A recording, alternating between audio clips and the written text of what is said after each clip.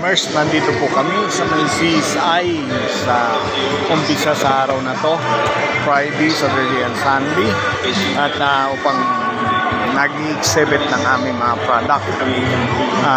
Ang produkto po ng Royal Cocoa Farm ay ang prutas na avocado. Yan yung avocado. Tapos mayroon din po tayong banana, may senyorita, may lipig, may tondal, tapos yung avocado natin. Ito, santol din. Sea level na santol. Dito po. Then, ito po yung cacao roasted leaves natin.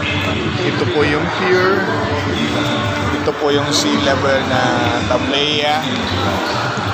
At mayroon din po tayong cacao vinegar. Mayroon din wine.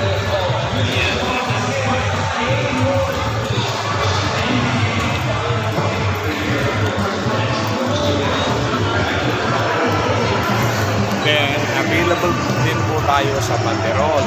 Ayan yung babanderol. Tapos may champurado. Ito yung champurado po natin. Bagong luto. Ito po yung natin. Tapos nandyan po ang heart benefits. Kaya may ganito may ganito yung laman. Opo. Oh, alam mo nang itanim yan Huwag mong iparaw, Pagka tapos mong mulmulan, pwede mo nang ipunla. Oh, masarap, parang santol.